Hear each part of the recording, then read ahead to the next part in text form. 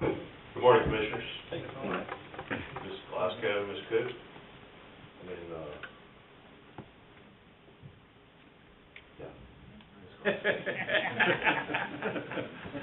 did include Mr. Joyner. Yes, sir, Mr. Joyner.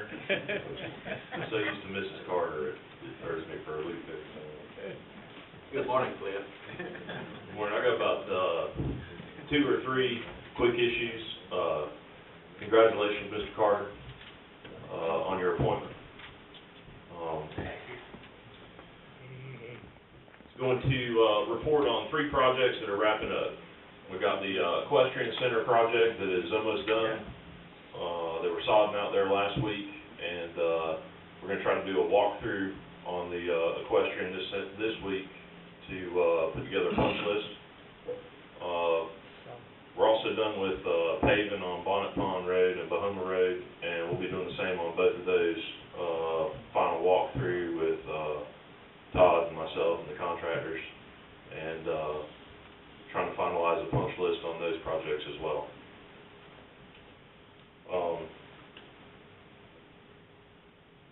The one item on Bahoma and Bonnet Pond Road, I know Mr. Joyner's been working on some pricing for striping and so forth. That's really the last thing that we have left on those projects is our striping. So I'm sure at some point we'll be coming back to you guys with some sort of recommendation.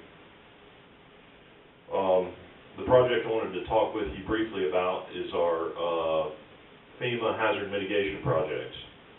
And for the benefit of Mr. Carter, because he wasn't directly involved, there was a large list of mitigation projects that were written up by FEMA that we discussed with Public Works, and basically made a list of the projects that Public Works didn't really want to fool with.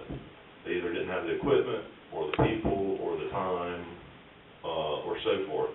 So we have a list of mitigation on projects, and the projects that this project included were Cruise Lake Road, Dupree Road, Charlie Brown, Hard Labor, Union Hill, King Cutter, Pine Log, Creek Road, Yates Settlement, Potter Springs, Oscar Lane, Porter Road, Jackson Community Road, and River Road. So we took that list of mitigation projects and we put together a set of plans to put it out for bid, and we bid the projects out. It's been probably, I would guess, probably 4 months ago. I didn't bring the bid date with me. But the problem was the main component of the mitigation projects was riprap. And Alabama Class 2 riprap, 18 inches thick over D2 filter fabric, came in at about $85 a square yard. Well, FEMA had only allocated around 50. So our price came in much higher than the mitigation projects that were written by FEMA. So we contacted the state, explained to the state our situation. State said, well, we'll adjust the PWs to match the amount that's shown on the FEMA spreadsheets.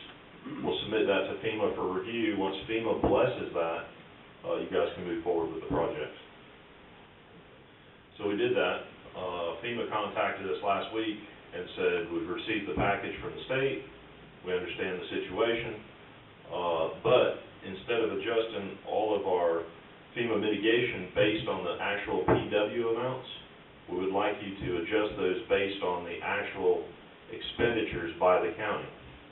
In other words, if you got, say for instance, you got a $100 PW to fix a road, and it costs the county $50 to fix it, just as an example, you're eligible for $50 worth of mitigation.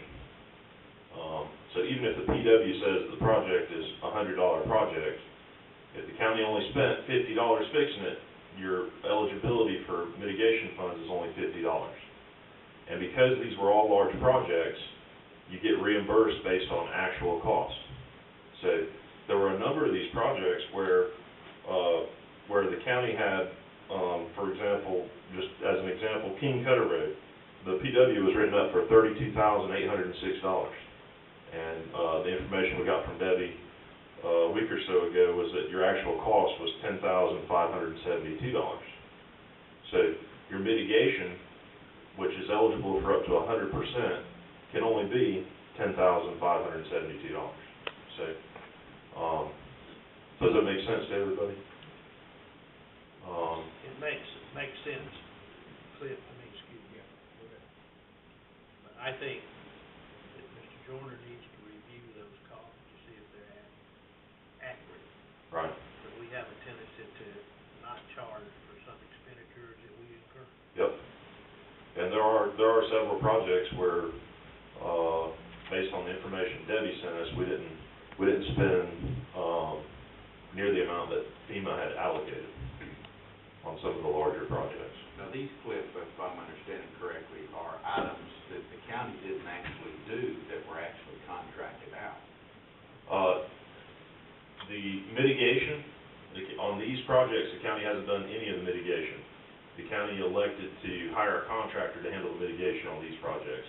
So the work that the county's actually done is just on the project worksheet, which is the restoration portion of the FEMA fund. Okay, so the point remaining the same.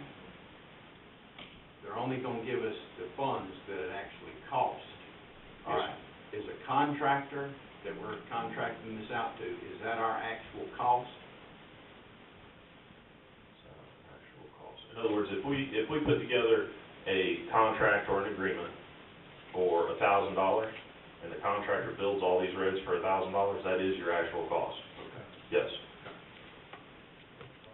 Are we going to incur anything on that side? Public Works. Right now, the money is included on the FEMA project worksheets as mitigation. I understand. My question is, if we get 1,000 from FEMA, we contract it out for 1,000, does Public Works have any cost against that? Do they participate at all? No. They have not, will not touch it? No, sir. Okay. With paperwork involved. Cost. Yeah. Paperwork cost. Yeah, there is some administration. I think they allow for some administration costs by Public Works for doing the paperwork and so forth, but as far as actual work effort, the county forces wouldn't be involved. Okay. But you do have administrative costs that you can add to. There is an administrative cost line on them, yes. Is that over and above what the contract cost would be? They're listed individually on the PWs. In other words, they have a set amount already listed on the PWs. And really the thing that gets confusing is the big difference between large projects and small projects. Back up, hold on just a second. Yep. You said a specified amount. Now, what you just told us is all what we're gonna be reimbursed is what it actually costs us. So it's either a set amount or it's our actual cost, Cliff. I'm not understanding. Yeah, on the PW for all of your projects, there's a line item for administrative costs on all your large projects. Okay. Even the ones that you're talking about is just gonna be expense. They don't have what is the line item amount gonna be? Is it gonna be acceptable to us of our actual cost? Is it gonna be our actual cost, or is it gonna be a FEMA amount of cost?